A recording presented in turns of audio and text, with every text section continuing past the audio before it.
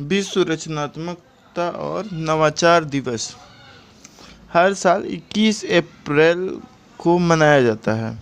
संयुक्त राष्ट्र ने मानव विकास के सभी पहलुओं में रचनात्मकता और नवाचार की भूमिका के बारे में जागरूकता बढ़ाने के लिए 21 अप्रैल को विश्व रचनात्मकता और नवाचार दिवस के रूप में नामित किया है। हर साल 16 फरवरी को राष्ट्रीय नवाचार दिवस मनाया जाता है। राज्य में नवाचार को बढ़ावा देने वाले तत्व: डिजिटलीकरण, डिजिटल अवसंरचना और डिजिटल सेवाएं उत्तरोत्तर रूप से किसी भी देश की उन्नति और संपन्नता के प्रमुख सामर्थ्य और निर्धारक हैं। दूरसंचार और सॉफ्टवेयर दोनों क्षेत्रों में भारत उल्लेखनीय रूप से उन्नत क्षमताओं से युक्त है। डिजिटल भारत की अवधारणा के अंतर्गत नई प्रौद्योगिकी का लाभ सभी लोगों तक समान रूप से और किफ़ायती दरों पर पहुंचने की प्राथमिकता है। भारत नेट पहल के अंतर्गत सबसे बड़ी ग्रामीण ऑप्टिक फाइबर रोल आउट परियोजना के माध्यम से ब्रॉडबैंड द्वारा समस्त गांवों को कनेक्ट करने की योजना है। ग्राम नेट, नगर नेट व जन वाईफाई से विभिन्न ग्रामीण एवं शहरी क्षेत्रों को उक्त सेवा प्रदान किया जाना। टियर 1, 2 एवं 3 शहरों में विभिन्न क्षेत्रों तक फाइबर ले जाने के फाइबर फर्स्ट पहल को कार्यान्वित करना। राष्ट्रीय डिजिटल ग्रिड की स्थापना, मोबाइल टावर की अवसंरचना की स्थापना को सुलभ बनाना आदि की योजनाएं हैं। इससे उपलब्ध होने वाले अवसरों से स्टार्टअप समुदाय विशेष रूप से लाभान्वित होगा। उत्तर प्रदेश में दूरस्थ क्षेत्रों और राज्य के सभी हिस्सों को जोड़ने वाली एक बहुत ही मजबूत संचार नेटवर्क प्रणाली है। प्रदेश में बढ़ती संचार सुविधाएं एवं उनमें दिन प्रतिदिन हो रही संचार क्रांति में परिवर्तन का समुचित उपयोग प्रदेश के विभिन्न विभागों द्वारा किया जा रहा है। बैंकिंग सहित जन सामान्य के सभी कार्यों को इंटरनेट पोर्टल के माध्यम से सुविधाजनक बनाया जा रहा है, जिसका लाभ जनमानस को मिल रहा है। मोबाइल ने संचार के क्षेत्र में एक क्रांति ला दी है। मोबाइल के माध्यम से लोगों को शिक्षा, बैंकिंग, व्यवसाय इत्यादि से संबंधित सेवाएं उपलब्ध करवाई जा रही हैं। मोबाइल सेवा ऐसा माध्यम है जिसकी मदद से सरकारी लोक सेवाओं को ग्रामीण क्षेत्रों में रह रहे लोगों तक आसानी से पहुंचाया जा सकता है। भारत के सबसे बड़े डिजिटल सिंगल विंडो पोर्टलों में से एक निवेश मित्र के माध्यम से उद्यमियों को 362 से अधिक ऑनलाइन सेवाएं प्रदान की जा रही हैं। यह विभिन्न राज्यों के उन पोर्टलों में से एक है जिन्हें नेशनल सिंगल विंडो सिस्टम के साथ एकीकृत किया गया है। यूपी भूलेख, यह ऐप उत्तर प्रदेश के राजस्व परिषद द्वारा भूमि अभिलेखों को कंप्यूटरीकृत करने के लिए लॉन्च की गई है।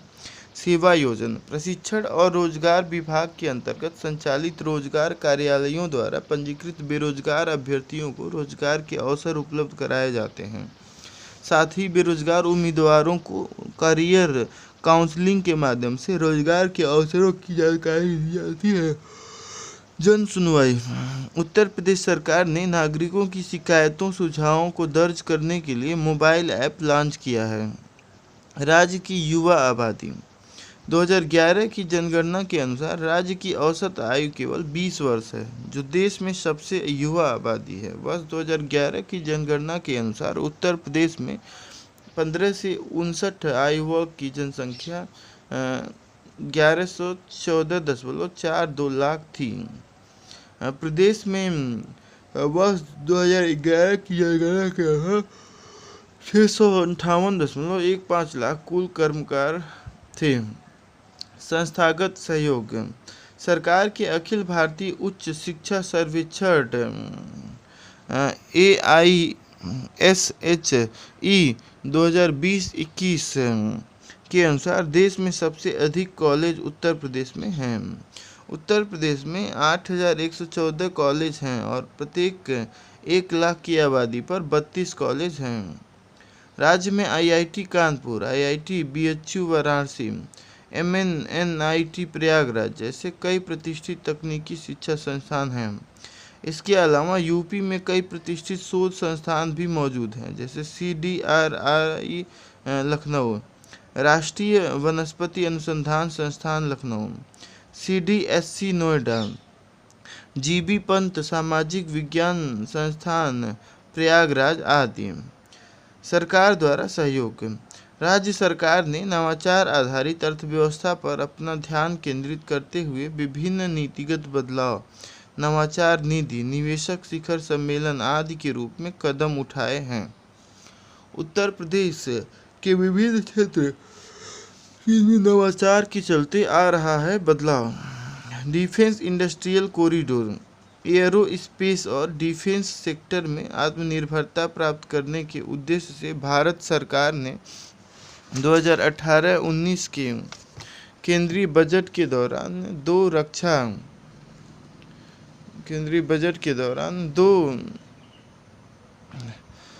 रक्षा औद्योगिक गलियारे, एक उत्तर प्रदेश में और दूसरा तमिलनाडु में स्थापित करने की घोषणा की है।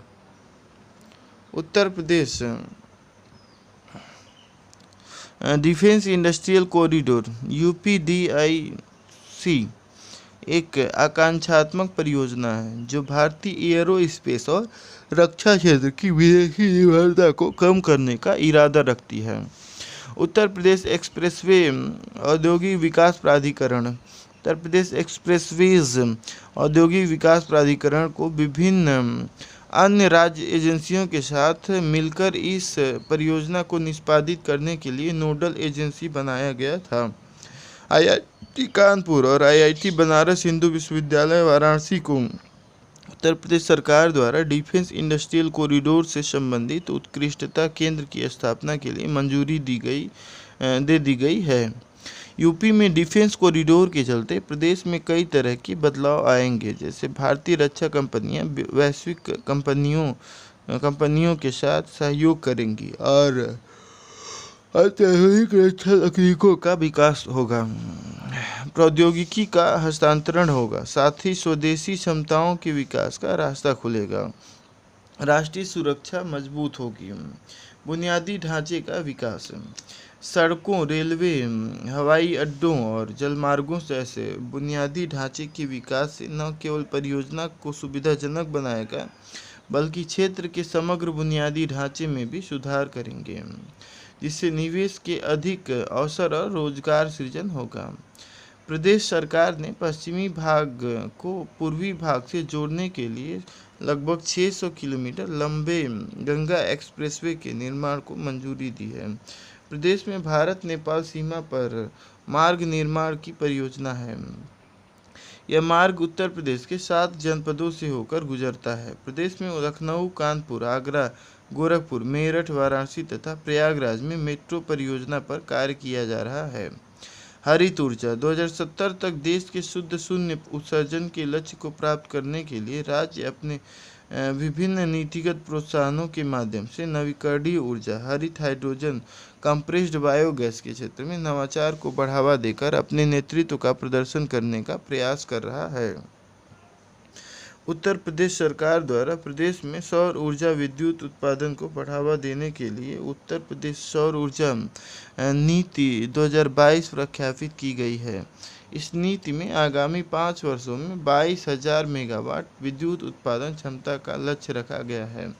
उत्तर प्रदेश सरकार द्वारा माह सितंबर 2022 में उत्तर प्रदेश राज्य जैव ऊर्जा नीति 2022 घोषित की गई है, जिसमें कृषि अपशिष्ट, पशुधन अपशिष्ट, चीनी मिलों से फ्रेश मड, नगरपालिका के ठोस अपशिष्ट इत्यादि जैसे विभिन्न जैव अपशिष्टों का उपयोग compressed biogas plant, biocoal, pellets और ब्रिकेट्स, बायोडीजल, बायोएथेनॉल की स्थापना के लिए निवेश को प्रोत्साहित किया गया है।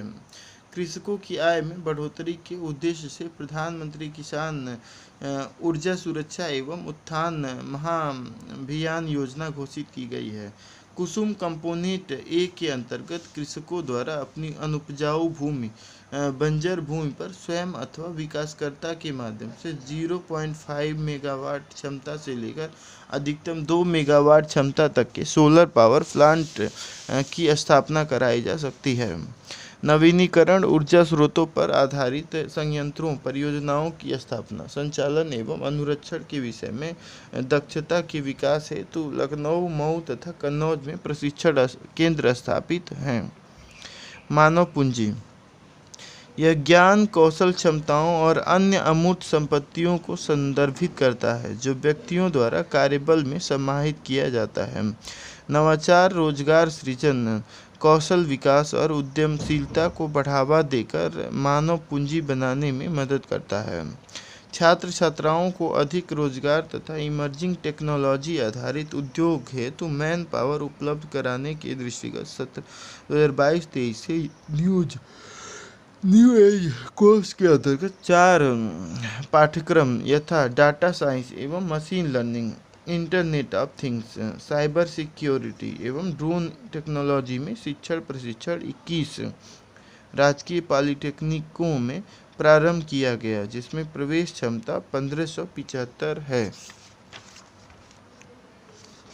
अटल इनोवेशन सिस्टम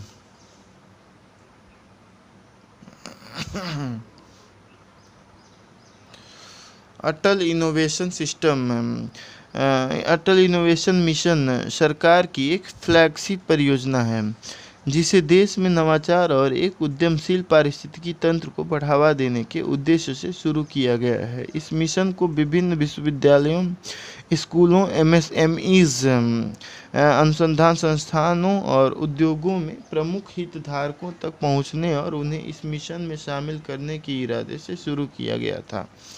एआईएम के विस्तार के साथ साथ 101 अटल इंक्यूबेशन सेंटर और 10,000 अटल टिंकरिंग लैब्स की स्थापना और अन्य लक्ष्यों को भी शामिल किया गया है।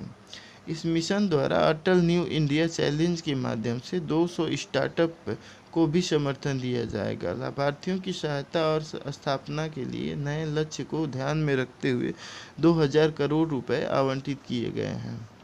कृषि यह वह क्षेत्र है जो राज्य के अधिकांश कर्मचारियों को रोजगार देता है, इसलिए कृषि में निम्नलिखित नवाचार के माध्यम से किसान आय को दोगुना करने की आवश्यकता है। सटीक कृषि तकनीकों जैसे जीपीएस निर्देशित ट्रैक्टर और ड्रोन जैसी तकनीकों के माध्यम से दक्षता में वृद्धि, जैव प्रौद्योगिकी का उपयोग करके नए उत्पाद के विकास जैसे कि फसलें जो बदलती जलवायु, कीटों और बीमारियों के लिए प्रतिरोधी हैं, उपग्रहों की सहायता से फसल बोने के पूर्व मौसम, वर्षा का पूर्व अनुमान जारी किया जाता है। नवाचार से जुड़े मुद्दे जबकि नवाचार में आर्थिक विकास और विकास को सुचारू रखने की क्षमता है, ऐसे कई मुद्दे हैं जिन्हें रोजगार और सामाजिक आर्थिक विकास पर सकारात्मक प्रभाव सुनिश्चित करने के लिए संबोधित करने की आवश्यकता है, जैसे अनुसंधान एवं विकास व्यय में कमी। आयोग की एक रिपोर्ट के अनुसार सकल घरेलू उत्पाद के प्रतिशत के रूप में अनुसंधान एवं विकास व्यय के मामले में उत्तर प्रदेश सभी राज्यों में सबसे नीचे है। अनुसंधान एवं विकास में निवेश की यह कमी नई प्रौद्योगिकियों और उत्पादों के विकास के लिए एक बड़ी बाधा है और वैश्विक स्तर पर प्रतिस्पर्धा करने की राज्य की क्षमता को सीमित करती है। स्टार्टअप और उद्यमियों के लिए एक सहायक पारिस्थितिकी तंत्र का अभाव। राज्य में कुछ स्टार्टअप इनक्यूबेटर और त्वरक हैं। समग्र पारिस्थितिकी तंत्र अभी तक नवीन कंपनियों के विकास के लिए अनुकूल नहीं है। इसमें फंडिंग, मेंटरशिप और नेटवर्किंग अवसरों तक पहुंच की कमी शामिल है। इन संसाधनों के बिना कई स्टार्टअप जमीन स्तर से ऊपर उठने और रोजगार सृजित करने के लिए संघर्ष कर रहे हैं। अमूर्त संपत्तियों रजिस्ट्रेशन में पीछे। नीति आयोग के इंडिया इनोवेशन इंडेक्स अनुसार राज्य अभी भी पेटेंट, औद्योगिक डिजाइन और ट्रेडमार्क जैसी अमूर्त संपत्तियों के निर्माण में काफ़ी पीछे है, जो इस क्षेत्र में ज्ञान फैलाने का काम करते हैं। मानव पूंजी में कौशल विकास का अभाव। यूपी इसमें सबसे कम प्रदर्शन करने वाले राज्यों में से है और सूचकांक के अनुसार स्कूली शिक्षा, तृतीयक और उच्च शिक्षा में महत्वपूर्ण सुधार की आवश्यकता है। उत्तर प्रदेश में नवाचार को बढ़ावा देने के लिए सरकार के प्रयास। Defence corridor. राज्य में रक्षा डिफेंस कॉरिडोर स्थापित किया गया है, जिसका विस्तार नोएडा, अलीगढ़, आगरा, लखनऊ, कानपुर, झांसी और चित्रकूट जिलों में है। इसके तहत आईआईटी कानपुर और बीएचयू, डीआरडीओ और हाल एयरो स्पेस सिस्टम जैसे प्रमुख शैक्षणिक संस्थानों और उपकरण आरडी केंद्र के साथ आरडी का गठजोड़ किया गया है। उत्तर प्रदेश रक्षा एवं एरोस्पेस इकाई एवं रोजगार प्रोत्साहन नीति 2022। इस नीति के तहत उन निवेशकों को उच्च प्रोत्साहन प्रदान किया जाएगा जो राज्य में रक्षा और एरोस्पेस विनिर्माण क्षेत्र में अपनी इकाइयां स्थापित करना चाहते हैं।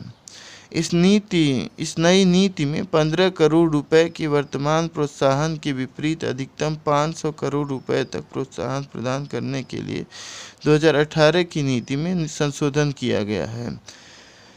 यह बड़े निवेश को आकर्षित करेगा। यह गैर बुंदेलखंड क्षेत्र में 7% की पूंजीगत सब्सिडी भी प्रदान करता है, जबकि यूपी के बुंदेलखंड क्षेत्र में 10% की सब्सिडी। इसमें यूपी 2018 की नीति के तहत 5 करोड़ रुपए के प्रोत्साहन के मुकाबले दोनों क्षेत्रों में अधिकतम 500 करोड़ रुपए का प्रोत्साहन है। एक वित्तीय वर्ष में अधिकतम 50 करोड़ रुपए पूंजीगत अनुदान के रूप में प्रदान किए जाएंगे। अनुदान की राशि अधिक होने पर आगामी वर्षों में किस्तों में दी जाएगी। यह नए औद्योगिक क्षेत्रों में बिजली, सड़क, पानी आदि की सुविधाएं भी प्रदान करता है। स्टार्टअप कल्चर को बढ़ावा।